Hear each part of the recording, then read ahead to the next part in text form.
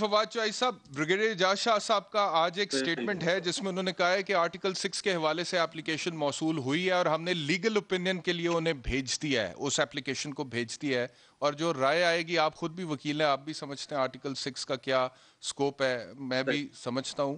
तो पहली क्या बात करेगी गवर्नमेंट तो अगर आप जी जी फरमाइए। पहली जी बात तो यह है कि जावेद लतीफ साहब का जो आज हिंदुस्तान के लिए, और जब से नरेंद्र मोदी ने रायवेंड का चक्कर लगाया है, ये जो 5-7 लोग, इनका दिल जितना मोदी के लिए धड़कता है, उसके ऊपर तो बंदा हैरान-कुन है कि कितना ये इनको जो है मोहब्बत और इश्क है इस वक़्त नरेंद्र मोदी से, जो गुजरात में मुसलमानों का कातिल है, कश्मीर में मुसलमानों का कातिल है। देखिए, पहली बात तो ये है कि दोबारा इन्होंने एजाज शाह के बयान को ट्विस्ट किया। एजाज शाह साहब का सबसे, वो अगर कोई सेन बात हमेशा करते हैं, वो हमेशा उन्होंने ये बात करी है कि अपोज़िशन के साथ मुज़ाकरात करके मामलात हल करें। उन्होंने कभी जो है वो इस तरह की धमकी की बात नहीं की है, काबीना के अंदर भी, बाहर भी। हम्म आज भी जो उन्होंने बात की, हम्म ने कहा कि हम्म देखें, जो जब थ्रेट्स आते हैं, पेशावर के जलसे के ऊपर थ्रेट आया हुआ है, वो उन्होंने कहा कि जब थ्रेट आते हैं और आगाह करते हैं, फिर सीरियसली नहीं लेते। तो अनफॉर्चुनेटली देखें, बिलोर साहब को किस साने से गुजरना पड़ा, इफ्तिखार साहब को किस साने से गुजरना पड़ा।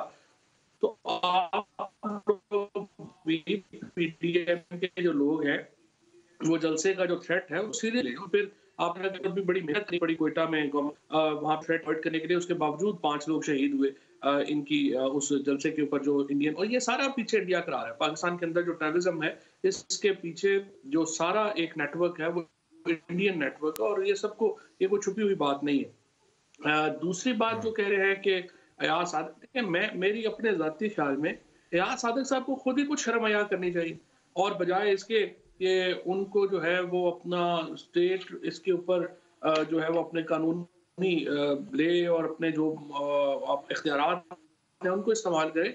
उन्हें अपने किए के ऊपर नदामत होनी चाहिए। आपने आगे भी क्लिप्स भी सुनाए हैं, बाकी इंडियन मीडिया का भी आपने इतना ज़्यादा सुनाया है। इंडिया के अंदर सेलिब्रेशन हुई है उनके बयान की, और उसको जिस तरीके से लेकिन नरेंद्र मोदी माजरत के जो साथ चॉइस साहब चॉइस साहब माजरत के साथ मेरी आप दोनों से रिक्वेस्ट ये देखें, जब आपके बयान को भी इंडियन मीडिया ने मिस कोट किया और कहा कि जी कि जैसे पाकिस्तान ने ये मान लिया, पाकिस्तान के वजीर ने मान लिया कि पाकिस्तान ने पुलवामा में हिंदुस्तान में दहशतगर्दी कराई थी। तो नहीं, आप आपका देखिए, मौकिफ ये वो है, तो और मैं मानता हूं आपका मौकिफ कि बिल्कुल दुरुस्त है कि आपने ये नहीं कहा था, हिंदुस्तानी मीडिया ने उसे दूसरे नहीं, तरीके से लिया। नहीं, फर्क तो जब उनका फर्क है। स्टेटमेंट आता है, मैं अपना सवाल अगर मुकम्मल कर लूं, चाहे साहब सवाल मुकम्मल कर लूं, मैं आज देख रहा था शिबली फराज साहब की प्रेस कॉन्फ्रेंस। अच्छा, उसमें उन्होंने वो क्लिप्स दिखाए जहां पर इंडियन मीडिया ये बात कर रहा है जिसका हकीकत से कोई ताल्लुक नहीं, जो कि अयाज सादिक ने भी on the floor of the house ने की। मुझे तो ये समझ नहीं आती कि पाकिस्तान मुस्लिम लीग नवाज वालों को क्या हुआ है जो अभी तक इस बात पर डटे हुए हैं कि हाँ जी, शाह महमूद कुरैशी साहब की यही हालत थी और उसको जस्टिफाई करने की कोशिश कर रहे हैं।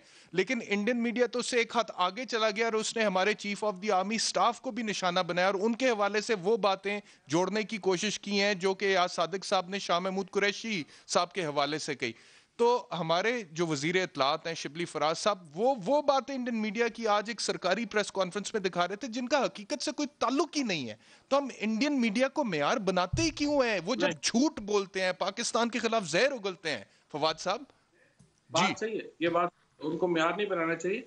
लेकिन फ़र्क क्या है? फ़र्क ये है कि नरेंद्र मोदी की बहुत बेइज़्ज़ती हो रही थी वहाँ पे, और दोनों बातों के ऊपर उन्होंने ये बात जो अयाज सादिक की है, ये नरेंद्र मोदी ने अपनी पॉलिटिकल विक्ट्री डिक्लेयर की है। कि देखिए, मैं जब कह रहा था कि हमारे डर की वज़ह से छोड़ा है, तो आप लोग मेरे पे तनकीद कर रहे थे, लेकिन देखें अब आपने, अब तो वहाँ का जो फॉर्मर स्पीकर है और एमएनए है, उसने पार्लियामेंट में ये बात की है, तो वो एक उसकी एक पॉलिटिकल विक्ट्री के तौर पर जो है, जो मेरा बयान है उसमें तो चूंकि पुलवामा के बाद जो कुछ हुआ, मैं तो अब भी उसके ऊपर कायम हूँ, और मैंने कहा है कि जो मैंने पार्लियामेंट में कहा है उसके हर लफ्ज के ऊपर जो है वो मैं कायम हूँ। और अगर जो हम्म पुलवामा के बाद जिस तरीके से जो कुछ हिंदुस्तान ने किया दोबारा करेंगे, हम दोबारा सख्त जो है उसका जवाब देंगे। ये अगर जावेद लतीफ साहब वगैरह का दिल इससे डूबता है तो डूबे, मैं तो उसकी मदद नहीं कर सकता हूँ।